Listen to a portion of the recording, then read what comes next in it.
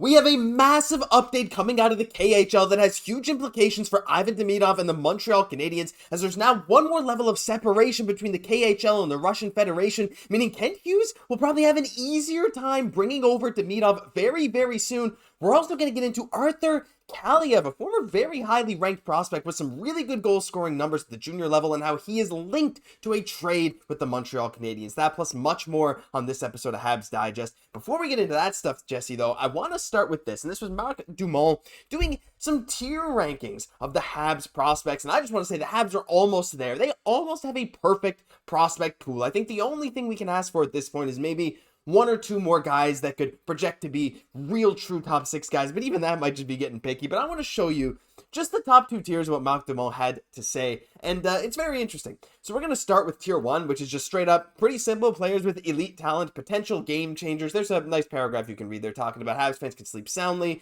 Drafting Demidov led to the prospect pool being described as nearly perfect. The only guys in this tier are Lane Hutson, Ivan Demidov.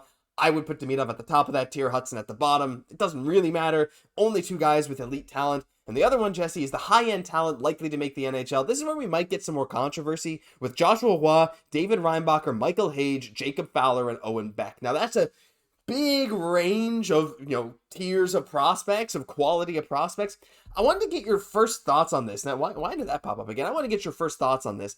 Is there anyone you'd move around in this? Because to me, I saw a lot of fans complaining Reinbacher and Beck were in the same tier, but I definitely can't disagree with the elite potential tier at all. I like this list. I would keep it the way it is because they're showing my boy Lane Hutson that respect he deserves. And for teams, it's rare to have, two players in that elite level. Normally you're lucky if you just have the one, but rightfully, I think in this list, it's shown that we have two elite level prospects. So honestly, so amazing to see this. Still so excited that we have Ivan Demidov. I almost can't believe it in a lot of ways, right? But these are both players that can be game changers, like dynamic, completely change a game, score those game-winning goals. I think of Ivan Demidov and Lane Hutson much in the same way, even though we know Lane Hutson was so slept on for so long, many a team passing over him. I think he's right where he needs to be. As for that second tier, obviously there's a little bit of variance there, but completely agree. And I think that Hage deserves to be in there as well. I think Reinbacher is going to turn out to be an amazing player, but just because he's not that game-breaking sort of player, just be a very, very good, consistent NHLer. I think he totally belongs in that second tier. So for the most part, I think it's a really great job on this list. Yeah, like Reinbacher's amazing. It's weird how they're worded, right? Like likely to make the NHL and game-breaking talent are kind of what separates it. So it's like, based on how he described it, I think it's good. The one question I want to ask you though, Jesse, I would put Reinbacher at the top of this tier. Let me just say that right now. I think he's right at the top. But the only other guy I wanted to ask you about is a guy that's not here, and I saw a lot of Habs fans complaining about this when they saw this list, and I'm not sure if I agree, but I want to hear your thoughts quickly before we move on. What do you think about Mailloux not being in the likely to make the NHL tier? What do you feel about him being in tier 3, which is kind of like still has some work to do if he projects to be in the NHL? That would have been the one player that I probably would have put in this group as well. Engstrom, I would have in that tier just below, even though you could say they're somewhat kind of similar. Like Mailloux, like offensively, for sure, deserves to be in tier 2. It's just probably because of the defensive thing that he's in that third tier. I just think because of his size, because of, the coaching that he's going to get in Montreal, I think that part of his game is going to round out. So I could definitely see him, being there on the legs and, possibly even being a player that has a greater net effect than even like an Owen Beck, which we know would be a huge upgrade to this team, which would contribute to this team in so many ways.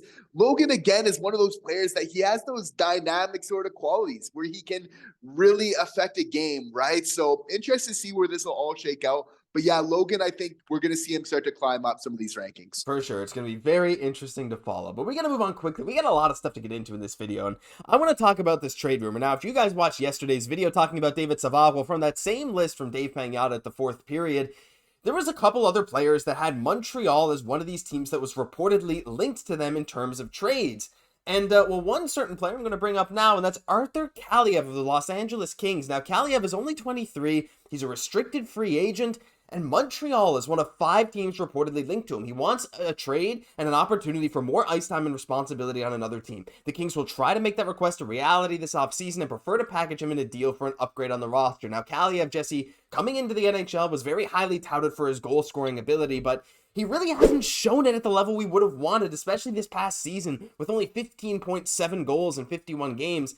But as you can see on the bottom right, his Corsi for percentage, which is basically his team's shots, block shots, and missed shots, basically the shot control of his team versus the other team when he's on the ice, is well above average. When he's out there, his team is controlling the shots. He had a very good expected plus minus, and his shot percentage was a bit lower than we'd expect. He takes shots, he just wasn't making them. Now, this is very much another, I guess, rehabilitation project. I don't know if I want to say rehabilitation, but you know what I mean, right? Like, one of these Kirby, Dach, Newhook type deals, because Kaliyev straight up doesn't have the pedigree of a good player, and that's something that I think Kent Hughes has really been looking for. I feel like we're past that point. For me, Kaliyev is not the kind of guy that I'd want to bring in to give up any type of big asset for. The thing is, Jesse, if he's as cheap as it seems like he might be as an RFA, like he wants a trade, he's coming off a bad season, if you can pick him up for scraps, that is a world where I'm like, hey, you know what? You might as well take a shot and see what he can do with some of the Habs forwards that are here right now. Well, the reasons to do this would be that the Kings are really close up against the cap right now, and you could probably do it with some prospects, with some picks, everything else like that. The pros for him are definitely, like, in his first season though in AHL, scoring 14 goals isn't a bad debut. No. You know, followed up with 13 goals the next season after. For sure had a little bit of regression this past year, but looking at that shooting percentage, you'd have to feel like that's going to go up a little bit. It's just the thing with Kent Hughes right now is, again, like his big word is like upgrade. And I think, you know, we're definitely looking to kind of just upgrade from that reclamation project, you know, and it's like, if Kaliyev isn't a top 6 player with the Habs, then he's almost kind of getting in the way of like our bottom 6, which is already so crowded. And then we have some young guys that are going to be pushing for some spots already. So although there is offensive talent there for sure, which we need, the Habs are kind of in no man's land, right? Where that's what was so amazing about getting that Ivan Demidov pick, you know, and even Xhekaj, who has that top 6 sort of capabilities. Cause like, that's the type of players that we really need to get. If it's not top 6, it's not really fitting what we need right now, at least not until we get rid of some contracts. That being said, there's good size there. You know, you have to feel like that those goal scoring totals will go up. But for me, I just feel like, you know, Kirby, Dach, Alex Newhook kind of felt like a Montreal Canadiens in certain ways. Like, comes down to culture, comes down to character. We don't want to say everything kind of involved or make a full assessment, you know, on the young man of, you know, things not related to hockey, right? But we just know what players kind of fit our culture, right? Which I think is so important. So I think that, you know, just for that reason, I think that Kent would probably be passing on this. I would agree. He's not someone I'd personally want to bring in, but again, the upside is there. But Jesse, I'm starting to turn that corner in terms of I don't need any more upside. We got all the upside we need. It's time to be competitive. So let us know down below if he's a guy you guys would be interested in, but I got a funny feeling a lot of you will probably be on the same page as us. Final topic, and this is the most important thing. This has huge implications, like straight up. So there's been a lot of talk about the KHL recently, of course, starting with the Matvei Michkov stuff, him coming over way sooner than expected. The Flyers kind of, you know, buying out his contract. He's just like, I'm done, I'm gone, I'm leaving for North America. And now, as of yesterday, there's some more updates, and I want to bring these up for you right now. Full screen here. Hockey News Hub, who is one of the most tuned-in sources on Twitter for Russian hockey news. The breaking news, the KHL will remain in the Russian hockey system and will directly interact with the Ministry of Sports, gaining independence from the IIHF and the FHR, FHR being the Russian Hockey Federation. So basically, this kind of creates a little bit of a split, or more of a split than there ever was, between the KHL and the Russian Federation, the country. So, you know, all these issues before, how the government get now, look, there's still probably going to be some connections between the Russian Federation and the league, but regardless, this is a split. This is something that we haven't seen, I think, since the league was founded. So it's a really interesting thing. And also from KHL and Eurotalk there, they announced the separation from Russia hockey. KHL is going to be independent from the IIHF, getting the same legal status as the NHL. And a question was asked if the NHL wanted to give their drafted player, say they're playing over in the KHL, and they wanted to bring him to the NHL, would they get a release for the contract, or what would it be? And they said there's no changes there. The NHL team just needs to negotiate with the KHL club if a player is under contract. If they come to an agreement, the player can sign in the NHL. The agreement can include a transfer fee. So, Jesse, with the KHL becoming much more independent, now, the NHL teams could already kind of just negotiate, like we've talked about before, negotiate a buyout or whatever to bring a player over.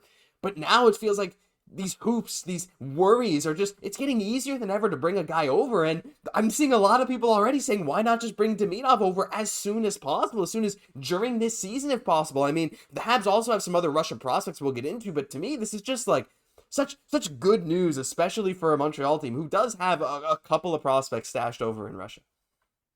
Yeah, let's get those transfer discussions going, but all the same, I think Ivan Demidov, I think will play in the KHL this upcoming year. I think having 1 year where even though the younger guys don't always get the most amount of ice time, I think will really serve him well. He'll be ready to go from there. Just kind of get that step up in opposition from the MHL, which I think will be so huge. But Josh, we're no strangers to this. In Montreal, in Quebec, when it comes to hockey, the line between church and state is kind of blurred, right? It's not always so clear, right? So we get where this is coming from, but this is doing nothing but really helping, the Montreal Canadiens prospects and for many other teams, just making it a little bit easier, right, for them to come over. So for me, this is big news. This has big implications. Obviously comes at an amazing time after just drafting Ivan Demidov. If anything, it just makes it feel like any worries we kind of had are just kind of lessened by all this, Josh. But I'm so excited about the implications of maybe bringing Volokin over, who's somebody that we're low-key big on the channel,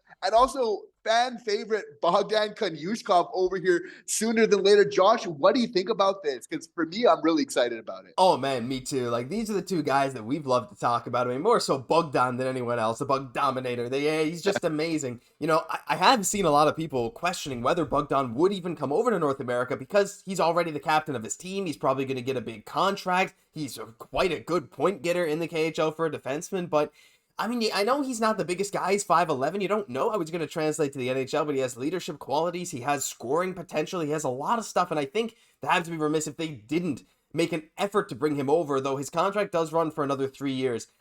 I think he probably stays just because he's the captain, and I'm sure Igor Larionov really, really likes him. I don't know how long Salayev's going to stay over there. Maybe Anton Salayev coming to the NHL will maybe make Bogdan want to come as well. I would love to see him, but yeah, this underrated one in Yevgeny Volokin. He's going to start in the VHL this year after having, obviously, a phenomenal past 2 seasons in the MHL, which was Demidov's league.